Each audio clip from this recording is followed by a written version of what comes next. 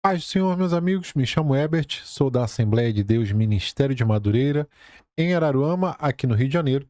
Estou trazendo para vocês mais uma lição da nossa Escola Bíblica Dominical pela Editora Betel.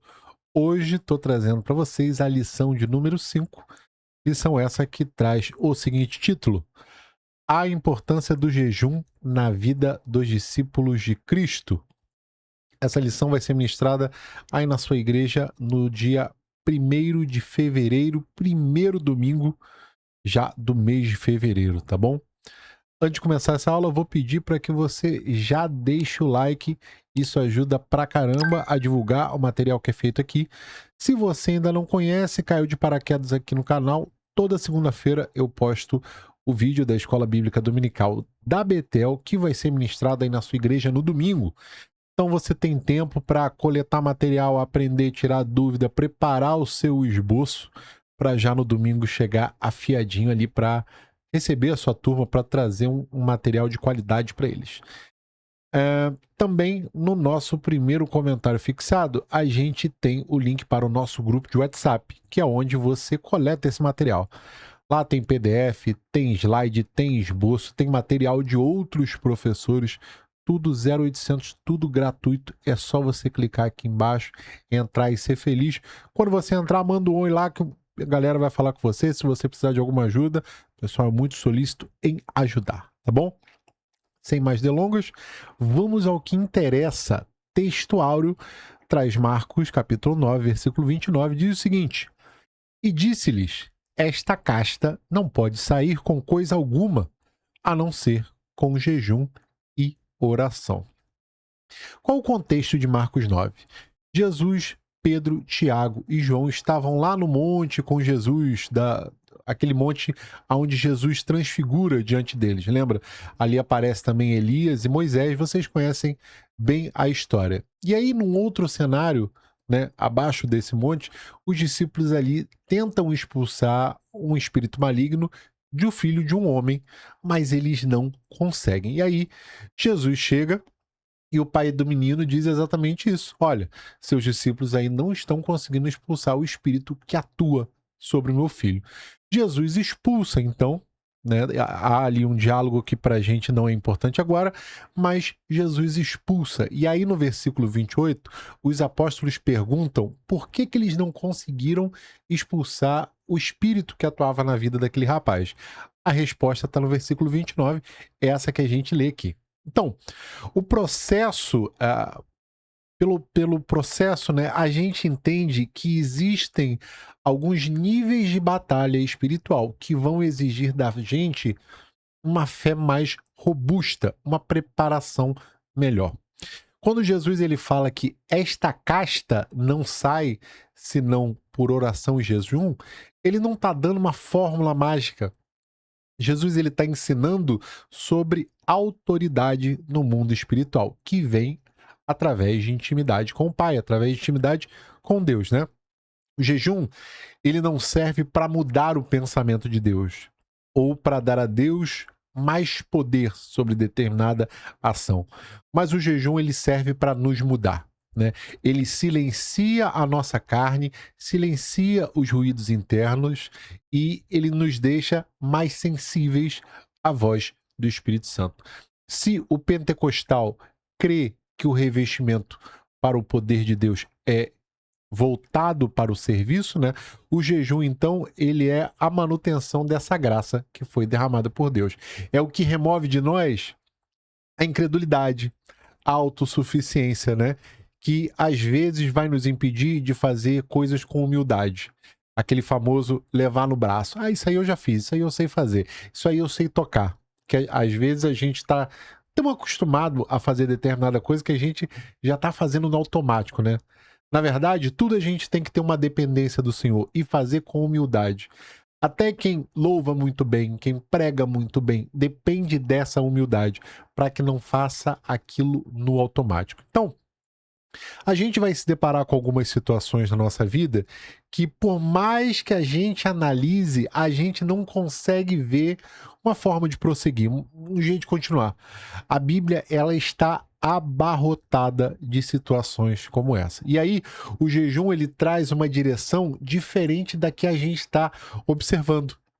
Uma resposta para quem precisa continuar, uma boa palavra em meio a um diálogo importante, como foi dito, autoridade espiritual. Autoridade que não pode ser construída por meio de sabedoria mundana. Na sequência, eu quero ler com vocês Salmos 35, versículo 13, diz o seguinte: Mas quanto a mim, quando estavam enfermos, as minhas vestes eram o saco. Humilhava a minha alma com o jejum, e a minha oração voltava para o meu seio. Aí a gente entende que o jejum, ele é, antes de mais nada, uma humilhação voluntária, mas ele também é uma intercessão eficaz ao próprio Criador, tá? Verdade aplicada, o jejum bíblico é um exercício espiritual que expressa o nosso interesse em buscar primeiro o reino de Deus e da nossa completa dependência do Senhor. Aqui a gente é convidado a reajustar o foco do que a gente tem como prioridade. A gente tem uma cultura que coloca o homem como o centro de tudo, né? Servo das suas próprias vontades e satisfações. Servo ou escravo, né? Vamos colocar escravo que é melhor, porque tudo o que a gente tem vontade, a gente busca satisfazer. Então, a gente é escravo, né? E a gente tem a vontade como o senhor da nossa vida. E então, o jejum, ele vai surgir como uma contracultura a isso, mostrando que há sim uma dependência que é total do Senhor. Você pode esquecer de agradecer quando você acorda, você pode esquecer de agradecer durante as suas refeições, pela saúde, pela vida, por ter um teto sobre sua cabeça, por ter comida na despensa, na geladeira, mas é por permissão e misericórdia do Senhor. Quanto maior a nossa facilidade de ser grato a esse tipo de coisa, mais fácil fica perceber Deus a nosso redor. E aí, jejuar para buscar o reino de Deus significa destronar o estômago, porque inicialmente o jejum, ele é uma restrição alimentar, inicialmente, tá? Mas tudo o que ele representa, né? Aquela comidinha gostosa, às vezes custa caro, né? Também uma necessidade física, porque a gente tem necessidade de comer, né? A gente fica um tempo sem comer, mas se a gente ficar muito tempo sem comer, lógico, a gente vai morrer, que a gente precisa de alguma coisa. E aí, quando a gente restringe, a gente dá lugar, então, ao espírito. Existem muitas formas e métodos de se fazer jejum, sobre temas e tempos variados, e aí nós esvaziamos o corpo para daquilo que suga ou vai gerar uma carência para dar espaço à presença de Deus. Às vezes a gente tem quem coma de 3 em 3 horas, tem quem coma no intervalo menor, outros no intervalo menor, e às vezes a gente quer agradar, quer comer hambúrguer direto, quer comer aquele lanchinho maneiro direto, quer comer muito, né?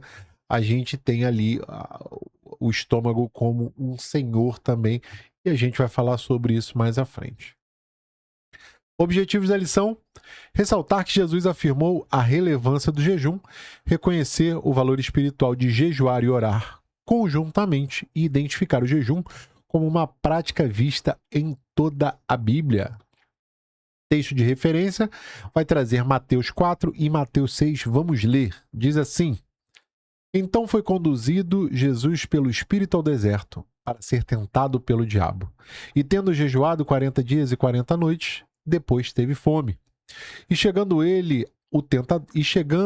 a ele o tentador, disse: Se tu és filho de Deus, manda que estas pedras se tornem em pães. Agora Mateus 6. E quando jejuardes, não vos mostreis contristados com os hipócritas, porque desfiguram o rosto, para que aos homens pareça que jejuam. Em verdade vos digo que já receberam o seu galardão. Porém, tu, quando jejuardes, unge a tua cabeça e lava o rosto, para não perceberes aos homens que jejuas, mas sim a teu pai que está em oculto, e teu pai que vê o que está em oculto te recompensará. É interessante que a aula anterior falou sobre a tentação e usa o mesmo trecho de Mateus, que também fala sobre transformar pedras em pães. Mas o que a gente precisa se atentar aqui é sobre os dois pilares fundamentais da doutrina do jejum: a batalha espiritual e a motivação do coração.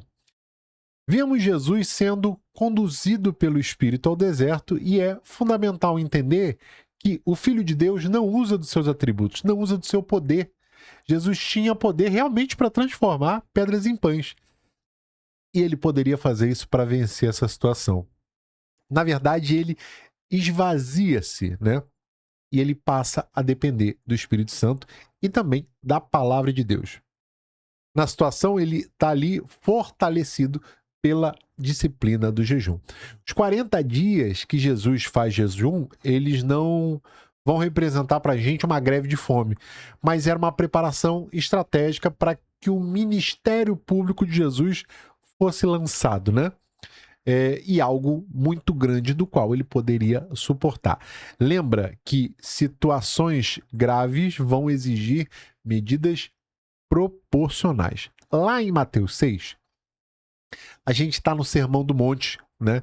E Jesus corrige os fariseus, ele não diz se jejuardes, ele diz quando jejuardes, dando a entender que essa prática seria normal entre os discípulos dele. E aí, Jesus tira o jejum de um teatro religioso, né, onde muitos gostariam de ser vistos por outros homens, é o que diz aqui o texto, e ele faz com que o jejum seja devolvido ao lugar secreto, né, como a oração que é feita em particular. Lembra lá? Entra no seu quarto, fecha a porta, fala com seu pai em secreto, seu pai em secreto, particular. Ninguém precisa saber que você está em jejum, como também ninguém precisa saber as suas orações. Claro que quando você for à igreja, você vai fazer uma oração pública, mas a oração que você faz dentro do seu quarto é completamente diferente, tá? E aí, isso hoje é um divisor de águas, né? Quantos aí não fazem da espiritualidade rituais performáticos, né? Live no monte, banho de azeite. Alguns criam propósitos aí para não usar determinado calçado. Jesus ele vai nos ensinar que o verdadeiro jejum ele tem um único espectador. Só uma pessoa precisa assistir, é Deus, né?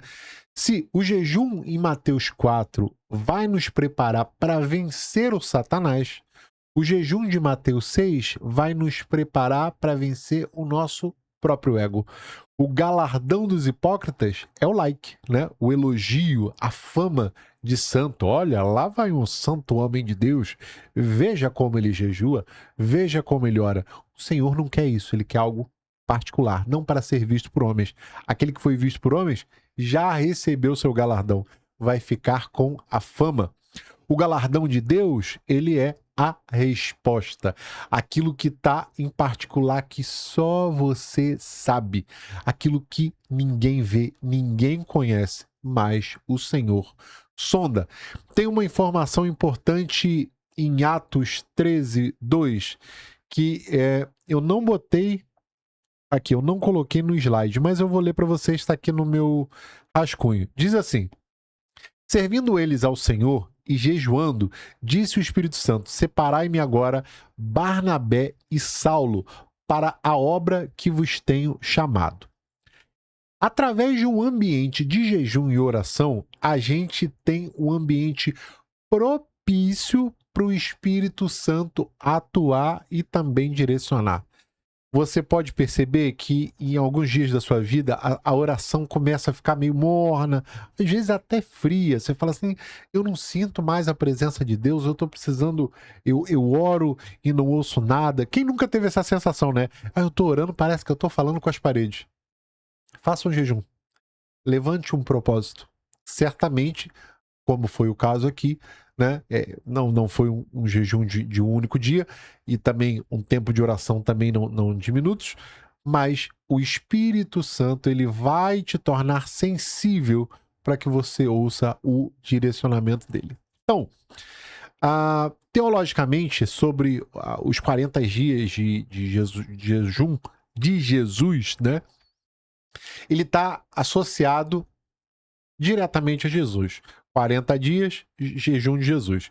E aí, a gente faz também uma conexão lá no Antigo Testamento com profetas da Antiga Aliança, né? E a gente entende como isso valida o ministério de Jesus. Moisés jejua ali 40 dias para receber a lei. Elias jejua 40 dias para sua jornada ali no Horebe. E Jesus, não muito diferente disso, jejua 40 dias no deserto. Agora, a introdução diz assim: Jesus não somente jejuou, mas também ensinou a maneira correta de fazê-lo. Aliás, a Bíblia está cheia de citações de pessoas que fizeram uso desta disciplina espiritual e nos instrui quanto à maneira correta de praticá-la. Assim, por toda a sua relevância, nesta lição analisaremos essa experiência espiritual à luz da palavra de Deus. Cristo não apenas endossa o jejum com as palavras, né, ditas aí nos versículos que a gente leu, como ele também valida com a própria vida dele. Muitos líderes religiosos impõem fardos pesados a outros, né, mas não fazem, não repetem, não movem um dedo para fazer. Jesus, ele vive a experiência no deserto e também uma experiência de abstinência para ensinar como praticar. Senão isso não estaria descrito na Bíblia, né? A prática do jejum.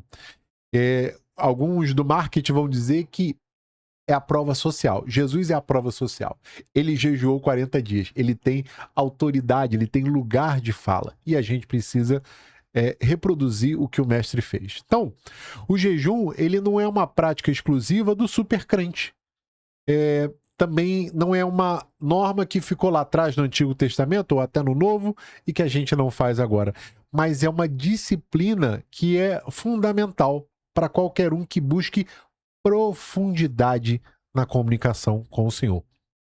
Se Jesus, sendo Deus encarnado, viu a necessidade de jejuar para se manter em comunhão com o Espírito Santo enquanto homem, imagina eu e você, cheio de falhas e pecados, né? Achando que podemos enfrentar o mundo de peito aberto apenas com o nosso talento e com a nossa inteligência. O jejum, ele vai alinhar o nosso espírito com a vontade e a soberania de Deus. E ele também vai limpar os entulhos na alma, que não são poucos, né? Quando a gente fala entulho, a gente pensa logo naquela caçamba, né? É isso aí, né? E a gente não jejua para pagar o preço. Quantos de nós já ouvimos? Eu tô pagando o preço, né? A gente jejua porque a gente sente fome e sede de Deus, né? Uma fome e sede que a comida física não consegue saciar. E aí, como foi dito, a nossa sociedade ela vai buscar o prazer na satisfação própria, a qualquer custo, né? Quase que escravos da nossa vontade, é o que a gente falou um pouquinho atrás aí. O crente, então, ele jejua, ele se torna uma contradição para essa sociedade, né? Ele declara que o prazer dele está na presença de Deus, né? E isso é superior a qualquer banquete que ele possa jogar para dentro. O jejum, ele não é uma dieta, ele não é um processo intermitente que você toma posse para reajustar o seu organismo, né? Mas ele é um chamado a um avivamento. Ele é onde a gente silencia o mundo para ouvir melhor o Espírito Santo de Deus. E aí é interessante pontuar que sob a lei mosaica lá no Antigo Testamento tinha um único dia que era o dia de jejum obrigatório, né? Era o dia da expiação, é o Yom Kippur, tá lá em Levítico 16, 29. Eu não coloquei aqui, não, só deixei para citar mesmo. Já no Novo Testamento, isso não está mais sobre a lei. O jejum não está mais sobre... tem que fazer aquele... Não. Ele está sobre a graça. A gente não tem um dia fixo, obrigatório para fazer jejum. Mas a gente tem uma expectativa que ela é muito maior em si do que a frequência, do que bater ponto naquele dia. Tá? Primeiro tópico, compreendendo o jejum, diz assim: O jejum é uma das disciplinas e práticas espirituais que tem acompanhado o povo de Deus desde o Antigo Testamento, como uma expressão de fé, contrição, total dependência de Deus, arrependimento, devoção. Veremos neste tópico a importância de conhecer o que a Bíblia diz sobre o jejum, para evitarmos os extremos de praticar sem o necessário discernimento ou desprezar esta prática presente na vida de Jesus Cristo após o batismo em águas e na igreja primitiva. A gente de antemão precisa observar o grande misticismo exagerado que se tem e também o ceticismo que se cria em cima da prática do jejum. Ou seja, ou ele é muito místico ou ele é muito cético. E a gente tem que achar o meio termo nisso aí.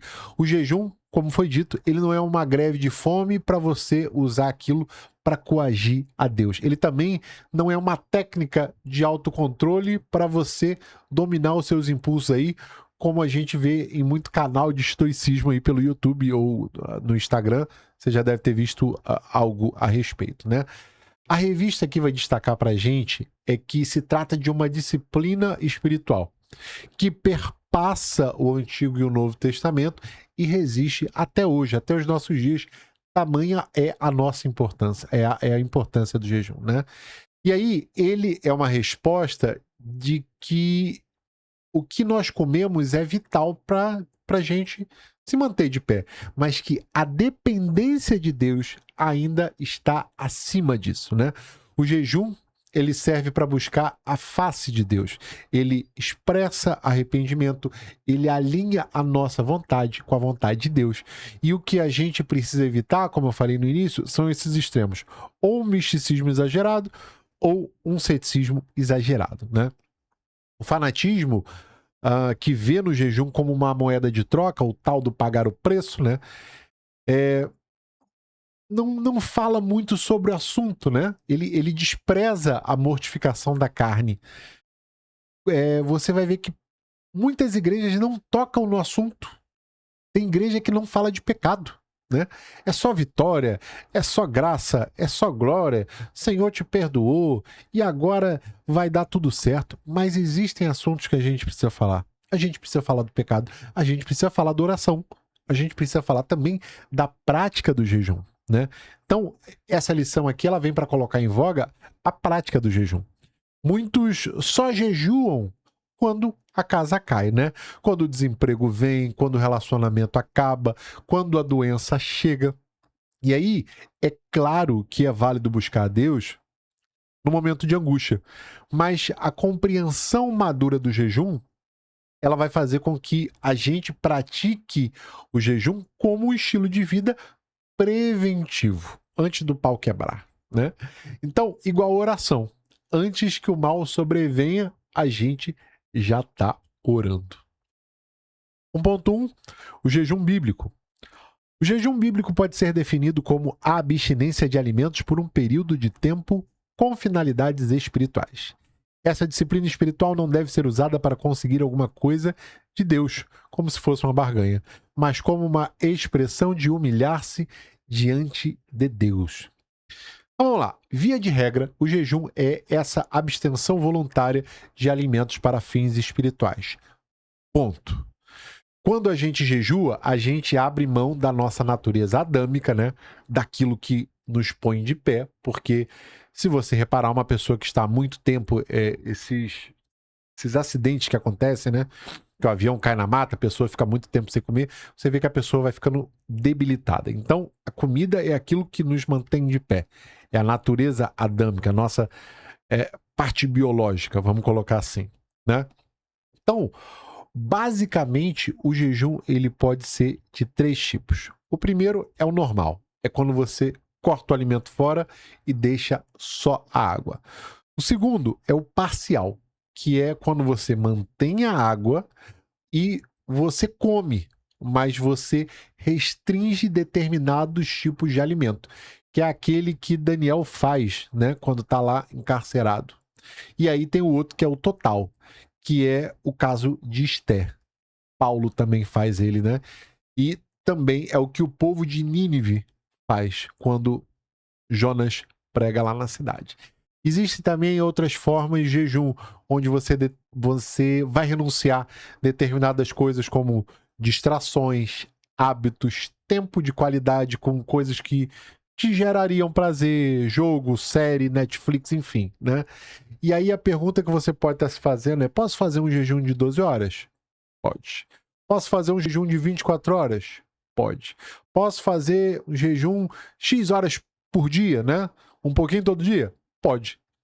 Eu sou adepto do meu jejum, minhas regras. Por quê? Porque o objetivo do jejum é você está sacrificando alguma coisa para determinado objetivo? Então, tudo bem, tá valendo. Mas a gente precisa estar ciente do propósito, né? Não é restringir comida para ficar com fome. O propósito é utilizar esse tempo que você restringe para buscar a Deus com mais intensidade, né? Com a restrição, no caso, você acaba ficando mais suscetível ao espírito.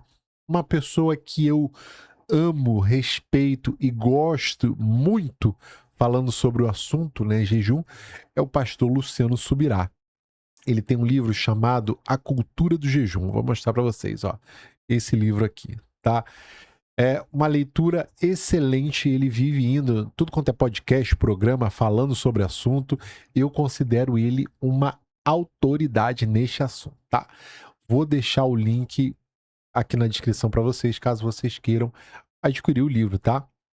Para quem quiser se aprofundar no assunto, é um prato cheio. 1.2. O jejum dos hipócritas diz assim: o jejum praticado por quem se mostra abatido, com um semblante descaído, é uma hipocrisia, pois o objetivo de quem age assim é se mostrar espiritual para os demais. Isso, porém, é algo que a Bíblia condena. Quem jejua não precisa tornar isso público. É entre você e Deus. O trecho que a gente leu lá no texto de referência, que traz Mateus 6,16, tem uma advertência contra a transformação de uma disciplina espiritual num teatro, num espetáculo de vaidade, né?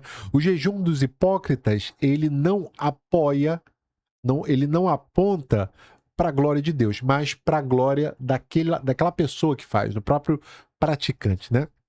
Os fariseus faziam isso, né? Eles desfiguravam o rosto, não porque eles estavam sofrendo pelos pecados, mas para garantir que quem visse eles na rua falasse assim: aí, ó, ele está no processo, lá vai um santo homem de Deus, né? E aí Jesus fala que essa experiência, quando feita dessa forma, ela é anulada. Por quê? Porque ela busca a aprovação humana. O jejum, ele vai exigir de nós anonimato e discrição. A santidade, ela não precisa de plateia para existir. A santidade que precisa, inclusive, de plateia para existir, ela não é santidade, ela é performance. É claro que você é um homem casado, uma esposa, você vai falar, o seu cônjuge vai saber. Você não vai falar para todo mundo do seu trabalho: ai, olha, hoje eu tô de jejum, não me oferece nada, vocês só pensam nisso. Tem gente que fica assim, né? Que faz jejum, fica chato. Agora, eu tenho algumas experiências de que nos dias que eu fiz jejum, tinha festa no meu trabalho, tinha refrigerante, salgadinho, só Jesus e a vontade de comer. Mas a gente tem que ser forte, firme no propósito, né? Quero ler com vocês Zacarias 7:5, diz o seguinte: pergunte a todo o povo e aos sacerdotes, quando vocês jejuaram no 5º e no 7º mês durante os últimos 70 anos, foi de fato para mim que jejuaram? Olha o que Deus está falando. Nos últimos 70 anos, Deus está questionando o jejum realizado nos últimos 70 anos. Deus, ele vai questionar a motivação do povo, né? É impossível você jejuar sem que de fato seja uma oferta verdadeira a Deus. 1.3, humilhando-se diante de Deus. O jejum é uma maneira de nos humilharmos diante de Deus. Esdras disse: apregoei ali um jejum, para nos humilharmos diante da face do nosso Deus. Neemias reuniu o povo com jejum e pano de saco, e os israelitas estavam abatidos por seus pecados. Naquele momento, o jejum e o pano de saco representavam submissão a Deus e arrependimento. Deixa eu ver aqui. Cadê? Eu apertei o botão aqui, o negócio sumiu. Vamos lá. Sobre o pano de saco, né? A gente não usa mais o pano de saco, nem joga cinzas sobre a cabeça, né? Isso era uma prática lá no Antigo Testamento. Hoje o jejum é isso que a gente conhece, é a restrição, enfim. Mas ainda sobre isso, o jejum, quando ele é feito de maneira correta, com o coração voltado para o Senhor, ele é a linguagem dos humildes, né? Quando Esdras aqui e Neemias, eles convocam o povo para jejuar, ele não está ali buscando dar um turbo na prosperidade daquele povo, mas ele está buscando uma posição de humilhação voluntária diante da soberania de Deus, né? Até porque a resposta de Deus para determinada coisa que pedimos pode ser não. Já pensou nisso? Às vezes você está pedindo uma resposta. E a resposta é não. Pode vir sim, pode ser não, pode ser. Espera, ainda não é o momento, né? E aí a pergunta que a gente deve se fazer é: você continuaria a fazer os seus jejuns mesmo diante de uma resposta negativa? Humilhar aqui, quando é dito aqui humilhar no slide, ele não tem um sentido pejorativo, né? Como sentido de vergonha, como sentido de desvalorização, mas o sentido bíblico de reconhecer as nossas falhas e o quão pequeno nós somos diante da grandeza de Deus. O jejum, ele vai quebrar o nosso orgulho e faz com que a gente olhe para a nossa fragilidade biológica, né? A fome chegando mais rápido, o nosso estresse por falta de açúcar no sangue. A gente precisa admitir que sem o sustento do Criador, a gente não duraria nada. Como que a gente não duraria? Meu irmão, você tem comida na geladeira. Quem já passou fome? Eu nunca passei fome na minha vida, eu não sei o que é isso, mas algumas pessoas já passaram fome. Minimamente sabem como dizer. Imagina numa época como essa, onde você tinha realmente pessoas. No Brasil mesmo, você tem pessoas que morrem de fome ainda, né? O Brasil ainda está no mapa da fome. O Brasil saiu nada. O Brasil está no mapa da fome. Você ainda tem lugares aí que é complicado. Não precisa sair do país para você ver pessoas em estado de vulnerabilidade. Lembra a época do Covid? Então, assim, é realmente complicado. Às vezes a gente não é grato pela comida no prato. E aí, o Espírito Santo, ele habita no nosso coração, num coração contrito, né? O jejum, ele serve como uma faxina. Ele vai fazendo uma limpeza ali, que é feita de dentro para fora. Ele remove de nós a autossuficiência para que ali, naquele terreno, naquele cenário, seja gerado um avivamento. Segundo tópico, a importância do jejum. No jejum, fortalecemos o espírito para que ele prevaleça sobre as coisas da carne. Essa prática nos ajuda a dizer não para os desejos e anseios humanos e nos ajuda a priorizar os valores eternos. A importância do jejum é inverter a ordem de domínio da nossa vida. Você já deve ter ouvido e lido, né, que há uma batalha constante entre a carne e o espírito, né, a natureza adâmica e a natureza regenerada pelo Espírito de Deus. E aí não se trata de um dualismo de achar que o nosso corpo é mau, né? Mesmo tendo encrostado nele o pecado, né? O pecado original nos deforma. Mas a gente vê isso como uma hierarquia bíblica, né? O corpo, ele é um excelente servo, mas ele é um péssimo patrão. Em momentos de crise, essa disciplina do jejum, ela vai garantir que a nossa reação automática a determinado problema, a um xingamento que a gente sofre, a um dedo na cara, a determinada situação, ele seja espiritual e não carnal. Às vezes você passa por uma determinada situação que a sua vontade é revidar na hora, xingar, né? Partir para as vias de fato. Mas se você tiver com o espírito ali afiadinho, você vai se manter ali no lugar. Você pode até querer, você pode até se irar, mas você não vai pecar, né? O Espírito Santo, ele vai te dar uma segurada, né? Outro bom ponto do jejum é o fato de que ele nos ajuda a ser um crente sensorial, né? Que só tem crente que só consegue adorar se o louvor estiver certinho, se a pregação estiver boa, se o ambiente estiver confortável, aquele ar-condicionadozinho no 16, né? E aí o jejum ele vai fazer que a gente consiga adorar em meio à pressão, em meio ao desconforto, a fome, a fraqueza, as turbulências da vida, né? No primeiro século, os crentes acreditavam que a gula ela era considerada a porta de pecado, a porta de entrada, né, para todos os outros pecados. E aí eles acreditavam que se o homem não conseguia controlar o próprio estômago, o que esse homem vai ser capaz de controlar? E aí é incrível como o crente é associado à comida, principalmente quando se trata de fartura, né? A gente ouve coisas como, o crente não bebe, mas come pra caramba, né? Os buffets em casa de festa, eles têm uma alteração, até um valor mais caro quando é festa de crente. A gula, ela é talvez o único pecado que dificilmente você vai ver o seu pastor colocando alguém no banco, né? Por dizer que na, naquele rodízio de pizza que o departamento foi para se encontrar, o membro lá comeu 23 pedaços de pizza. Ele precisava comer isso tudo, né? Será que não foi gula? Mas você já viu alguém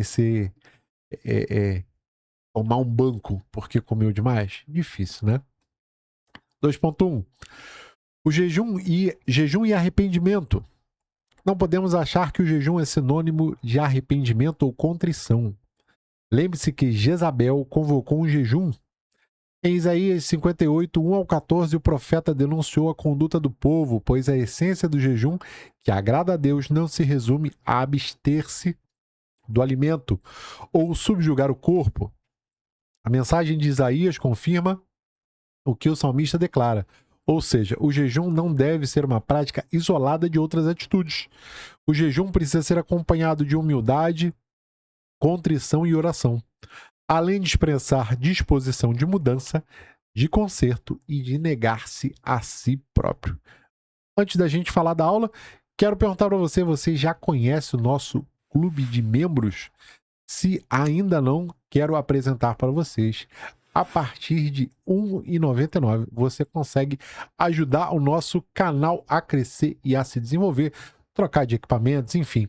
Você consegue, dependendo do nível também, ter prioridade na resposta, sugerir determinados temas para a gente fazer aqui, ou aparecer lá no final do vídeo como colaborador, tá?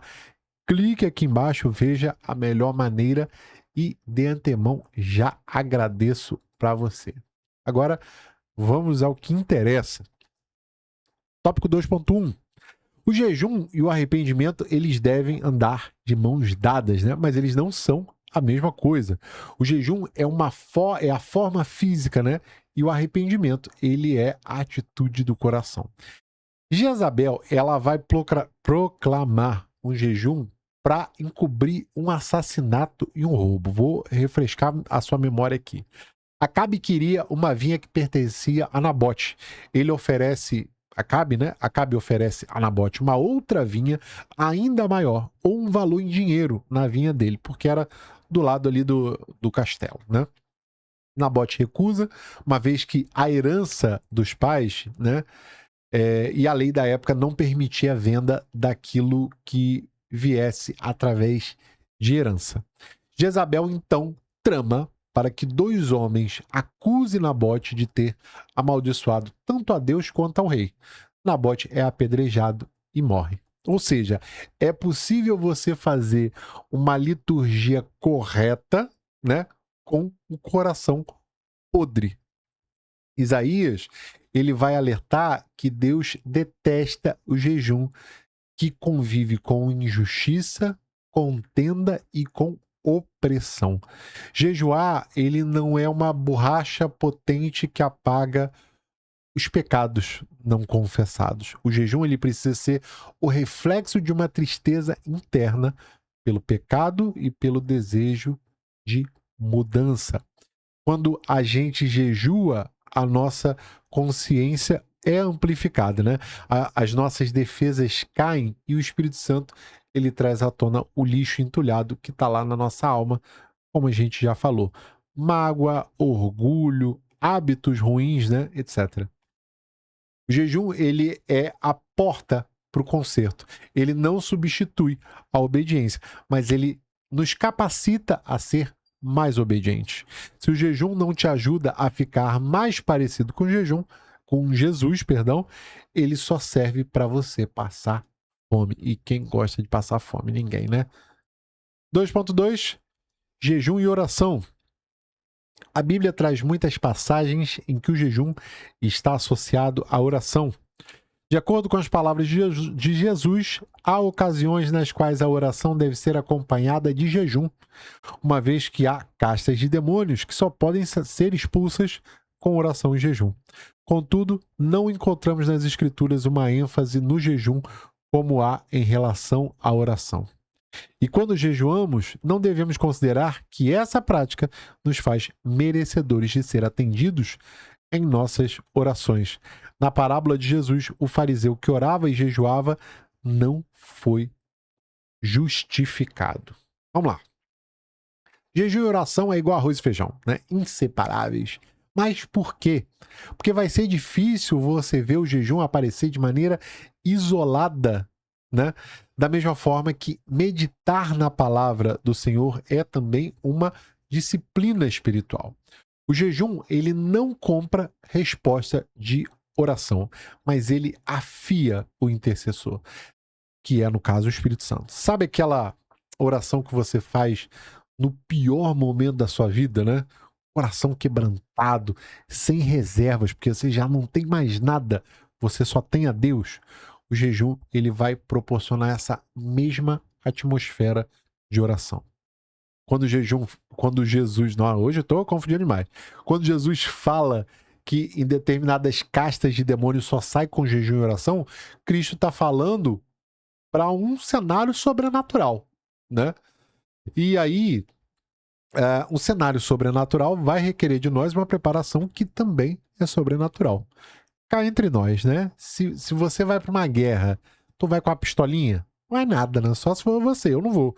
Você vai armado até os dentes, meu irmão. É jejum, oração, palavra e coragem, né? Você chega na guerra, o tanque com bomba, com granada, vai com pistolinha, nada. Você vai com tudo que você tem, né? Esse é o correto. 2.3. Jejum e o domínio próprio.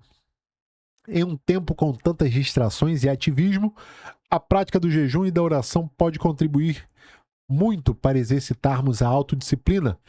Paulo menciona as competições atléticas para enfatizar a importância do domínio próprio. Ele se esforçava para não ser dominado pelos desejos carnais. Assim, a prática do jejum bíblico está entre as disciplinas espirituais que o discípulo de Cristo pode praticar para aumentar o autocontrole diante das tentações e adversidades da vida. O jejum, ele é a academia onde o domínio próprio é forjado. Por quê? Eu não sei vocês, mas quase sempre quando eu faço jejum, já falei isso aqui, alguma coisa para me tirar do sério acontece, né? Lembra que eu falei da comida, que às vezes tem festa? Mas às vezes tu faz jejum, vem o enviado do capeta para te tirar do sério. Então, Paulo, ele fala sobre a metáfora do atleta lá em 1 Coríntios 9:24, é o que está aqui em amarelinho, né?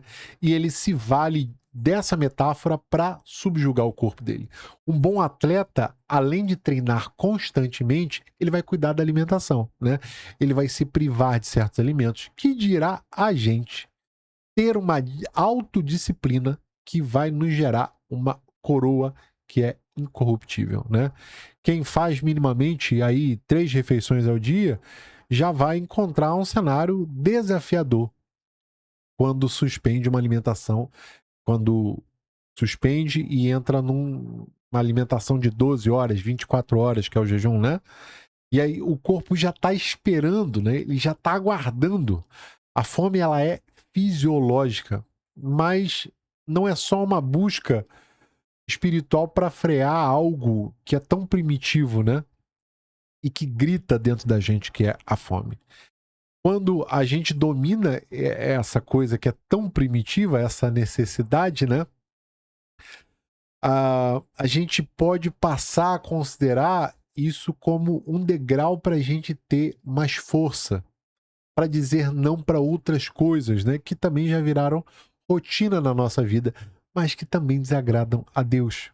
Xingar, estressar, ter uma resposta um pouco mais áspera para os nossos irmãos, né? Isso desagrada a Deus. Então a gente precisa buscar força para renunciar a outras coisas também. É uma escadinha, né? Terceiro tópico: relatos de pessoas que jejuaram. Deus não decretou o jejum como algo obrigatório, mas muitos dos seus filhos jejuavam voluntariamente. Moisés, Davi, Josafá, Esdras, Neemias, Esther, Daniel, Jesus. Vemos neste tópico as lições que podemos extrair dos relatos de jejum de Esther, Josafá e Daniel. Então, a gente vai falar sobre esses três aqui, a gente vai bater em cima deles. E aí, grandes homens e grandes mulheres na Bíblia recorrem ao jejum como chave para abrir os céus, né? Algo que funcionou naquela época, funciona ainda hoje, né? Chancelado pelo próprio Jesus, que disse, ó, virão dias quando o noivo lhe será tirado. Jesus está se referindo ao tempo presente. Jesus foi. A gente está com o Espírito Santo aqui. E aí, só existia um único dia, né? Que era o dia da expiação. Mas a lei ela vai mostrar que aqueles que fizeram o jejum de maneira voluntária e se consagraram através dessa disciplina alcançaram níveis, né, de revelação, de livramento, né, que pessoas comuns aí não experimentaram. O jejum, ele é a marca daquelas pessoas que se recusam a desistir, que não cedem a uma derrota que já é anunciada. A gente vai ver alguns casos aqui na própria revista, né? Uma curiosidade interessante é que a Bíblia vai registrar, inclusive, alguns povos pagãos fazendo jejum. E esse jejum sendo aceito por Deus, que é o caso lá do povo de Nínive, né? Quando Jonas prega contra aquela cidade. Fica claro pra gente que Deus ele não é refém de ritual, mas ele respondeu à humilhação daquele povo. O jejum foi responsável por evitar o juízo de Deus que viria sobre Nínive. 3.1. Esther enfrentou o desafio com jejum. Vemos na atitude de Esther que jejuar é mais do que se abster de alimentos, é um propósito espiritual profundo na busca por intervenção divina. Esther pediu aos judeus da cidade de Suzã que jejuassem por 3 dias e eles assim fizeram. O propósito daquele jejum foi pela sua ida até a presença do rei Assuero para pedir a intervenção dele diante do decreto de morte aos judeus imposto por Ramã. O jejum de Esther é um dos mais dramáticos aqui que é narrado, né? Ela está diante de um decreto de genocídio irreversível, né? Que é a lei lá dos medo-persas da época, né? Ela então convoca um jejum absoluto de 3 dias. Esther compreende que o problema ali não era um problema só político, mas era um problema também de ordem espiritual. Ramã tinha uma inimizade antiga contra o povo de Deus. E para vencer, somente agindo de maneira sobrenatural, né? O jejum de Esther não foi para mudar a mente de Deus, mas para alinhar a situação aos propósitos do céu e encontrar favor de Deus aos olhos de Assuero. Ela coloca a vida dela em risco, né? Ela diz: se perecer, pereci. E aí vai mostrar pra gente que não é só o jejum que envolve sacrifício, mas também a coragem dela de ir até o rei, né? Fez o jejum? Fez. E aí? Agora você tem que ir lá. Ela foi corajosa pra caramba, né? O jejum de Esther, ele vai nos ensinar a ser solidários. Entender que, às vezes, a gente pode convocar um jejum pela vida do outro, ou pela vida dos outros, pela vida da sua igreja, pela vida do seu pastor, pela vida de alguém do seu trabalho. Lógico que você precisa jejuar pela sua vida, com certeza, mas ir pela vida do outro é uma forma de dizer que você ama o outro também, né? Esther não jejua por um probleminha, ela jejua pela sobrevivência de uma nação inteira. 3.2. Josafá buscou a Deus com oração e jejum. Essa história aqui para mim é uma das melhores. Os exércitos dos Amonitas e Moabitas, além de alguns outros, ameaçaram o reino do sul. Com a união desses povos, o exército inimigo tornou-se bem superior ao reino do sul.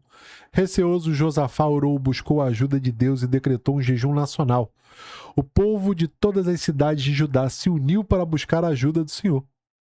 Josafá, diante do cerco dos inimigos, voltou-se para Deus, que o socorreu. O caso de Josafá é uma aula sobre como reagir ao medo. Ó, dica para você que está com medo, né? Quando ele toma ciência que os inimigos estão se juntando, né, para arrebentar Israel, eles tiveram medo, né? E é uma reação natural nossa. Às vezes a gente sabe que um problema vai dar problema pra gente.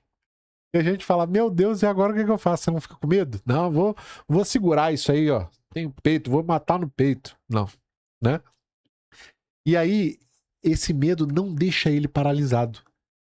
Josafá se põe a buscar o Senhor, né? E ele reconhece, diante desse jejum e da oração, a insuficiência militar de Israel. Ele diz assim, em nós não há força. E aí ele transfere a responsabilidade da batalha para Deus. Os nossos olhos estão postos em ti. A oração dele, né? Lembra quando Paulo fala lá em 2 Coríntios 12:10 que quando sou fraco é quando estou forte, né? Paulo, ele está dizendo que a força que se revela por meio da fraqueza dele é de origem sobrenatural. Ela é vinda do próprio Deus. Perdão. E aí, é mais ou menos o que Josafá quis dizer aqui, né? O jejum, nesse caso, ele vai funcionar como uma declaração absoluta de dependência. Como o resultado disso, né? Deus... presta atenção na história. Deus levanta um profeta no meio da congregação, chamado Jaziel, né? E ele dá estratégia para aquele povo. O Senhor fala por meio desse profeta. Olha, não temais, nem vos acovardais diante desta grande multidão, porque a batalha não é vossa, mas de Deus. Deus ali, ele já toma a frente. Ele fala, ó, vou resolver. Pode ficar tranquilo, a batalha é minha, né? E aí, olha a estratégia. Ao invés de enviar os soldados na frente, Josafá deveria colocar levitas cantores e levitas músicos para louvar ao Senhor com cânticos de gratidão e de adoração. Tem como dar certo? Na nossa cabeça, não, né? Aí eles foram para a batalha. Foram para a batalha e na hora que eles começaram a cantar e tocar lá, Deus arma uma emboscada e os inimigos começam a lutar uns contra os outros. Ou seja, os israelitas nem precisaram lutar, não precisaram levantar uma espada, né? Eles só passaram e recolheram os tesouros, né? Que ainda tinha tesouro. Fala que eles lutearam os caras lá. E vitória, não tem mais o que fazer. A gente pede a Deus um jeito de escapar. E ele não só dá um jeito de escapar, ele ainda providencia outras coisas, né? É incrível o poder do jejum. Para terminar, 3.3, Daniel jejuou por amor à sua nação, diz assim. Daniel meditava nos escritos do profeta Jeremias, que diziam que Jerusalém teria que ficar em ruínas durante 70 anos. Mesmo morando no palácio, Daniel não se esqueceu das suas origens e continuava a amar o seu povo. E então ele recorreu ao Senhor Deus, orou com dedicação e sinceridade, vestiu-se de panos de saco e jejuou sobre cinzas, derramando o coração e abrindo a alma para Deus. A ruína de Jerusalém levou o profeta à angústia da alma, que ele expressou a Deus com jejum e oração. Daniel, no capítulo 9, lê os profetas que o tempo de cativeiro ele estava chegando ao fim, né? E ao invés de sentar e esperar, como quem diz, eu vou esperar, Deus prometeu, Deus vai entregar. Ele entende que a promessa devia ser dada à luz, né? Como uma criança que nasce, através de oração e jejum. E aí, Daniel veste-se de saco de cinza, faz uma oração e diz, nós pecamos. Ele se coloca também como culpado ali no bolo da nação, né? Mesmo sendo um cara honesto e justo, como o livro traz, né? O jejum, ele aguça o discernimento profético e ele move guerras nas regiões celestiais. A gente vê isso acontecendo no capítulo 10, né? Daniel, ele foi levado ao cativeiro por volta ali dos seus 17 anos de idade. Ele era bem relacionado com todo mundo, ocupava posições como conselheiro, ministro. Ele serve a 5 reis em cargos de confiança. Ele era um cara forjado no jejum e na oração. E talvez por isso bem relacionado, né? Exemplo para todos nós. Meus queridos, a aula termina por aqui. Nessa lição, deixo 7 slides para complementar aí você que é professor, a sua aula, ou para você que quer melhorar seu estudo, para você que quer, enfim, melhorar o seu conhecimento, né? Vamos ao que interessa. Esse aqui que é tipo um joguinho, tá vendo? Ó? O poder do jejum na vida do discípulo. Tá? Volto a repetir, podem ocorrer alguns erros, inteligência artificial, mas a gente está tentando fazer um negócio bonito aí para você apresentar, tá? Tem esse aqui também, ó, um pouco mais simples, a importância do jejum na vida do discípulo. O que é jejum? Fortalece o espírito e a carne, uma arma poderosa com a oração. Tem esse aqui mais simples também, ó. A importância do jejum na vida do discípulo de Cristo. Aí tem as ilustrações bonitinhas aí, ó. Poder do jejum espiritual. 3 tópicos, né, resumidamente. O jejum fortalecendo o espírito para vencer. E o último, acho que é o último esse aqui, né? É o último. O que é o jejum bíblico? Tá? Vou deixar lá no nosso Drive. E se você não tem o link do Drive, entra lá no grupo de WhatsApp e pede. Eu quero material da aula 5. Vai estar disponível lá para você, tá? Meus queridos, nada mais havendo a tratar. Estou muito satisfeito por ainda poder estar trazendo aula para vocês. Quero pedir sua colaboração. Se você ainda não se inscreveu no canal, considere se inscrever. O tanto de gente que fica assistindo os vídeos aí não inscreve. Dá uma ajuda, a gente está chegando quase a 5.000 inscritos, tá? Eu fico muito feliz porque Deus tem nos dado força para continuar e tem mostrado que a obra é grande e está crescendo, tá? Deixe seu comentário, diga o que você gostou, se você ficou com dúvida de onde você é. Enfim, deixa um comentário aí pra gente, nem que seja a paz do Senhor, tá bom? Isso também ajuda a divulgar o conteúdo e ative o sininho para não perder nada. Primeiro comentário fixado tem o link pro nosso WhatsApp. Entra lá pra gente se conhecer melhor, tá? Eu vou ficando por aqui. Deus abençoe a sua vida. Até semana que vem, se o Senhor assim permitir. Tchau, tchau. Fica com Deus.